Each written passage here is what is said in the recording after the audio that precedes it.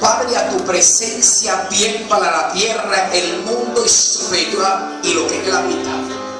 Por lo tanto, vamos a hablar de tu grandeza. Nadie en este lugar, Dios mío, en Allentown tiene acceso si tú no lo permites.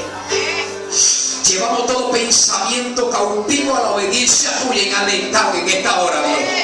Paralizando, neutralizando, declarando inoperante todo poder antagónico y de la tiniebla en esta hora. Aleluya. Dice el poder de su palabra que Dios neutraliza, cancela y anula el consejo de las naciones. Oh Dios. Oh Dios. Oh Espíritu de gloria.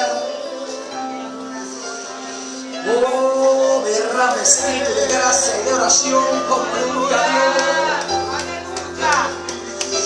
Oh, a él sea el honor, la gloria y la pleitesía por la eternidad. Ríndele honor y pleitesía al caballero de la cruz. Oh, mi alma engrandece su santo y bendito nombre. A su nombre gloria, aleluya.